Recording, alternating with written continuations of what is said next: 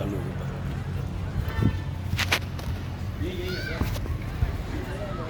बोल श्री चार भुजा नाथ की, बोल बजरंग बली की, बोल खेड़ापति हनुमान जी की। आज हमारे बीच में कोटा वैष्णव छात्रावास के पूर्व अध्यक्ष आदरणीय बनवारी जी और कोटा छात्रावास के होने वाले अध्यक्ष जी, जिसको मैं प्रत्याशी नहीं कहूँगा और ये अध्यक्ष हैं, आज से ही अपन इस चीज़ को पाटन की मीटिंग से मान चुके हैं। तो हमारी तरफ से तो ये अध्यक्ष उस दिन पाटन में ही खेड़ापति हनुमान जी के आशीर्वाद से निर्वाचित हो गए हैं, क्योंकि ये हनुमान जी की आज्ञा से हमारे भाई श्री राम बाबू जी और हमारे कन्या महाविद्यालय की अध्यक्षा वैशाली वैष्णव और इनके पिताजी हमारे रामराज जी, हेमंत जी, पुजारी महासंघ के जिलाध्यक्ष जी भाई देवीशंकर जी, रघुवीर जी, ये बड़ी खुशी की बात है कि आज वैष्णव छात्रावास कोटा के लिए जो प्रत्याशी आप लोगों ने पाटन की मीटिंग में तय किया और जिस भावना के साथ आप लोगों ने तय किया था, आज उसका नतीजा है कि आज राम बाबू जी के सामने जो लोग प्रत्याशी बनना चाह रहे थे, उन्होंने प्रत्याशी बनने से भी इनकार कर दिया। इसके अलावा कुछ लोगों ने देखा कि पुजारी महासंघ की भावना है कि कोटा छात्रावास में ये निर्विरोध अध्यक्ष का निर्वाचन करवाएंगे, इसलिए उस बात को गिराने के लिए कि भाई कहीं निर्विरोध अध्यक्ष निर्वाचित नहीं हो जाए, इसलिए उन्होंने जैसे तैसे करके किसी और प्रत्याशी को सामने खड़ा किया है। मैं कहना चाहता हूं कि अखिल राजस्थान पुजारी महासंघ की केवल और केवल एकमात्र भावना ये है कि इस कोटा संभाग में जो 4 जिले आते हैं, बूंदी, बारा, झालावाड़ और कोटा, इसमें आपने देखा होगा पिछले 2 सालों से इस कोटा संभाग का जो वातावरण इस वैष्णव समाज में जो पैदा हुआ है, एक दूसरे के ऊपर कीचड़ उछालना, वो कह रहा है ये चोर है, वो कह रहा है ये चोर है, एक दूसरे के ऊपर कीचड़ उछालना, और इस कोटा संभाग के पूरे वातावरण को इतना गंदा कर दिया है कि समाज में एक दूसरे का रिश्तेदार, एक दूसरे का मतलब एक दूसरे के ऊपर जैसे बाहें चढ़ाए खड़े हैं। इन भावनाओं को जब हम लोगों ने देखा तो हमें लगा कि इस कोटा संभाग को किसी न किसी रूप में एक किया जाए, ताकि हमारे समाज की एक मिसाल कायम इस कोटा संभाग में हो। और उसी का संदर्भ में हमने आपस में बैठ के चर्चा करी थी। राम बाबू जी को भी फ़ोन किया कि बेटा आपको इसके लिए, तो उन्होंने कहा यार बुलंद जी मेरी तो इसमें कोई इच्छा है नहीं है, लेकिन अब आप कहते हो तो बिल्कुल मैं इस चीज़ के लिए तैयार रहूँगा। और इनका नाम पाटन की मीटिंग में घोषित करने से पहले कोटा संभाग में जो अपने पाटन की मीटिंग में 700-800 पुजारी जो शामिल हुए थे, उन सब से सामूहिक रूप से ये पूछा था कि यदि आप सब लोग एकजुटता के साथ एक रूप से किसी भी व्यक्ति का नाम तय करते हो और हम कोटा वैष्णव छात्रावास में किसी प्रत्याशी को खड़ा करें, तो वो काम हमें सामूहिक रूप से करना है। और सबको वहाँ जितने आए पुजारी बंधु जितने थे, उन सबको कहा था कि भाई आप अपनी तरफ से कोई नाम हो तो बताएं, आपका भाई हो, रिश्तेदार हो, भतीजा हो। तो सब लोगों ने एकजुटता के साथ एक नाम लेकर के सामने रखा था कि वो नाम था राम बाबू। और आज उसका नतीजा है कि राम बाबू जी हमारे बीच में हैं। उसी के अनुरूप सभी लोगों ने एक शपथ और खाई थी। वो शपथ ये थी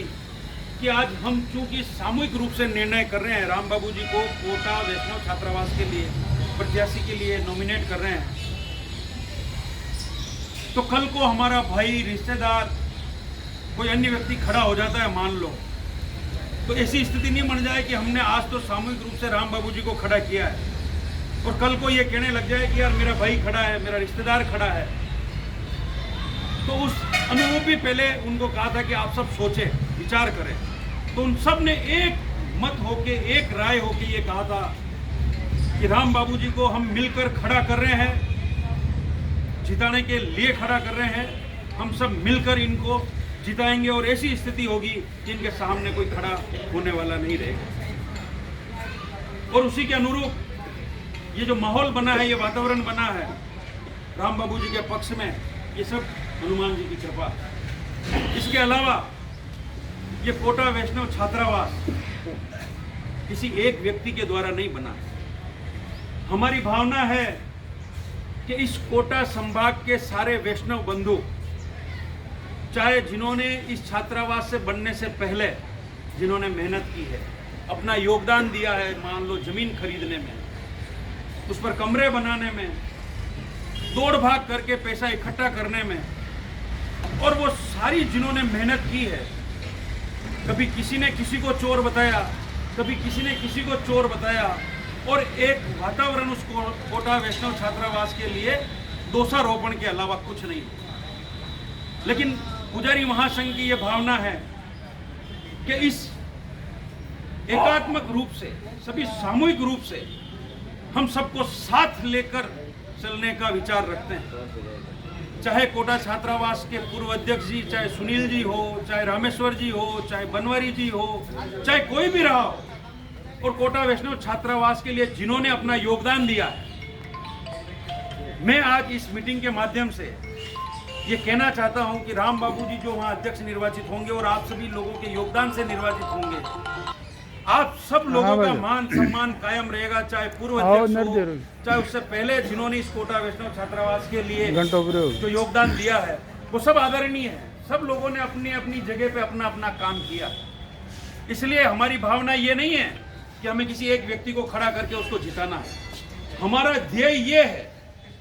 कि हम निर्विरोध राम बाबू जी का चुनाव करवाएं। इससे क्या होगा कि पूरे कोटा संभाग में एक वातावरण बनेगा कि आज पूरे वैष्णवों ने मिलकर एक रूप होकर एकता के साथ राम बाबू जी को निर्विरोध, तो सबसे बड़ी मिसाल तो ये होगी। मैं इस मीटिंग के माध्यम से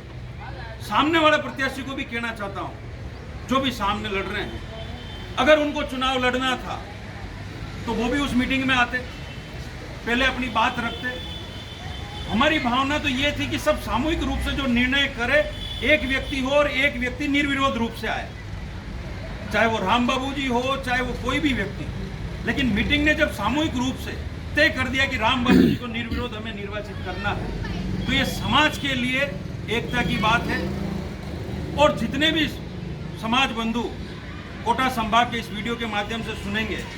उनसे भी निवेदन है कि हमें कोटा संभाग की एकता को कायम रखना है। हमें अपने रिश्तेदार हो, अपने भाई हो, अपने जो भी व्यक्ति मतदान के दिन मतदान करने जाएं, तो एकता के साथ राम बाबू जी को मतदान करें और इन्हें भारी सी भारी संख्या में विजय दिलाएं। इसके अलावा जो सामने प्रत्याशी है, उनसे हमारा कोई विरोध नहीं है, लेकिन उन्हें यह सोचना चाहिए कि जब सामूहिक समाज का निर्णय होता है तो सामूहिक निर्णय का साथ देना चाहिए। तो अभी भी वक्त है, उस वक्त को सोचे, समझे और एक रूप से जो सामूहिक निर्णय हुआ है राम बाबू जी का,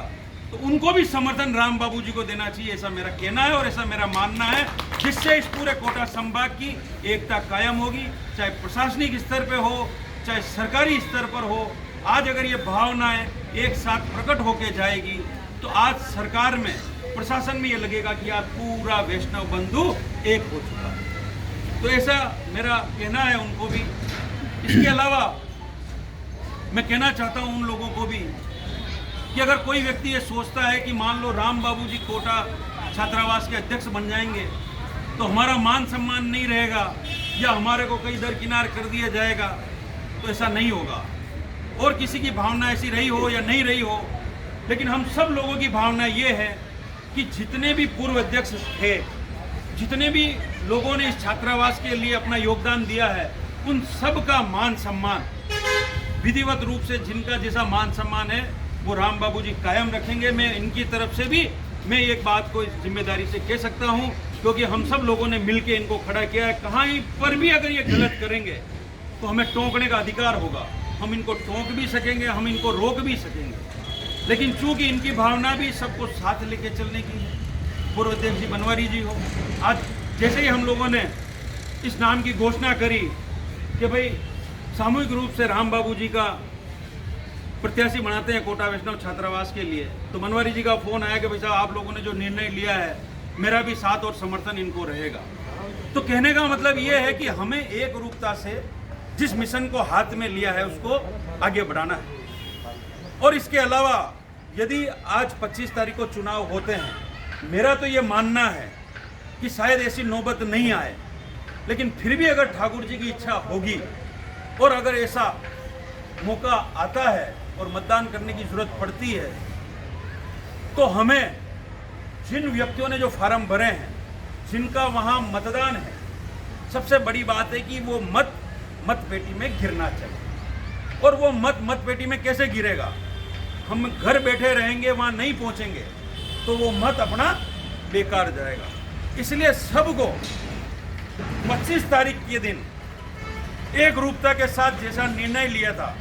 उसी ताकत के साथ हमें 25 तारीख को वैष्णव छात्रावास में कोटा पहुंचना है और अधिक से अधिक संख्या में मतदान करना है। अपने भाई रिश्तेदारों का जिनका नाम है उनका मतदान राम बाबू जी को करवाना है। शंख इनका निशान है, जो शंखनाद पाटन में किया, और देखो भगवान की कृपा से इनको चुनाव चिन्ह भी शंख मिला। मतलब वो शंखनाद चल ही रहा है और चलता रहेगा। और रही बात अपने पुजारियों के लिए, आज राम बाबू जी जैसे मजबूत कैंडिडेट हमारे बीच में रहेंगे तो आधे तो लोग इनके नाम से भी खौफ खाएंगे, तो ये भी एक समाज को एक अतिरिक्त लाभ मिलेगा। रही बात, कुछ लोग कहते हैं यार आपने ऐसा नाम चुना, तो हमने उनको ये कहा कि भाई अगर कोई व्यक्ति का जो नाम चुना है, अगर व्यक्ति ने कहीं कोई ऐसा काम किया हो तो वो बताओ आपको अगर लगता है कि भाई हमने कोई नाम चुनने में गलती करी हो तो आप उनकी कोई गलतियां हो तो बताओ, उस पर सब चुप हो जाते हैं। जब ये सारी चीज़ें, ये सारी खूबियाँ हमारे प्रत्याशी के अंदर है तो हमारी भावनाएं बनती है, हमारी जिम्मेदारी बनती है कि जो बीड़ा हम लोगों ने उठाया है उसको हमें पार लगाना है और ज़्यादा से ज़्यादा संख्या में मतदान करना है, राम बाबू जी को जिताना है। कोटा, बारा, बूंदी, झालावाड़ के जो भी पुजारी बंधु जो पुजारी महासंघ से जुड़े हुए हैं और जो पुजारी महासंघ को अपना समर्थन देते हैं, उन सब से मेरा निवेदन है कि वो अधिक से अधिक संख्या में 25 तारीख को राम बाबू जी को अपना मत देकर इन्हें भारी संख्या में विजय दिलावे। तभी हमारी पुजारी महासंघ की जो भावनाएं थी वो भावनाएं मूर्त रूप में स्थापित होगी और राम बाबू जी हमारे बीच में एक निर्वाचित अध्यक्ष के रूप में हमारे सामने होंगे। इसलिए मेरी सब आप लोगों से निवेदन है कि आपने जो बीड़ा उठाया है उसको आप पार लगाएं और ठाकुर जी की कृपा हमारे साथ शुरू से रही है और आगे भी मैं मानता हूं कि हम लोगों ने अच्छे काम किए हैं, इसलिए ठाकुर जी की कृपा अपने पास बनी हुई है, आगे भी बनी रहेगी, अच्छे अच्छे काम होंगे। और कोटा छात्रावास के द्वारा भी पुजारियों को एक और ताकत मिलेगी और भाई राम बाबू जी के अध्यक्ष निर्वाचित होने से हम सबको भी ताकत मिलेगी। भाई बनवारी जी ने भी जो अपना प्रयास किया, इनको भी जितना प्रयास करना था इन्होंने किया, उस प्रयास को और राम बाबू जी आगे बढ़ाएंगे और एक समाज में एकता को स्थापित करने में जो भावनाएं पुजारी महासंघ की थी उसको ये आगे ले जाएंगे और एक समाज को एक मूर्त रूप में लाकर, एक सामूहिक रूप में लाकर स्थापित करेंगे। इसी के साथ मैं आप सब लोगों का धन्यवाद प्रकट करता हूं कि आप लोग पधारे, आप लोग जो ताकत लगा रहे हो उसको अपने को अब ये चंद दिन बाकी है उसको व्यक्तिगत तौर पर और ज़्यादा से ज़्यादा मजबूत करना है। गांव में जहाँ जहाँ लोगों ने फार्म भर रखे हैं, जिन जिन के नाम है, अगर किसी के पास वोटर लिस्ट नहीं है तो वो भी अपनी वोटर लिस्ट राम बाबू जी से ले ले, बनवारी जी से ले ले और अपने अपने गांव में जो जो लोग उसके मतदाता सूची में जिनका नाम है उनको कहे, उनको इस बात को समझाएं, और जो निर्विरोध भावना थी कि भाई निर्विरोध निर्वाचित हो, तो मैं ये मान के चलता हूँ कि वोट करीबन कितने हैं सूची में लास्ट 7,787 वोट राम बाबू जी को गिरे, ऐसी मेरी भावना है। उस प्रत्याशी का वोट भी राम बाबू जी का आए, तो इसमें समाज की एकता की मजेदारी है, और ये समाज पूरी एकता के साथ रहेगा, एक माला के रूप में रहेगा, ऐसी मेरी भावना है। तो ये सारे जो वोट है जो मतदाता सूची में है वो एक रूप होकर एक ही मतदान करे, इसका आनंद अलग होगा, इसकी खूबी अलग होगी, और सबको साथ लेके चला जाएगा। किसी के मान सम्मान पर किसी भी प्रकार की कोई ठेस नहीं पहुंचेगी, इस बात का हम अपना संकल्प लेते हैं। राम बाबू जी से भी, इनकी तरफ से भी मैं ये बात को कह सकता हूँ, इतना मुझे अधिकार है कि ये काम निश्चित तौर पर एक रूपता से होगा।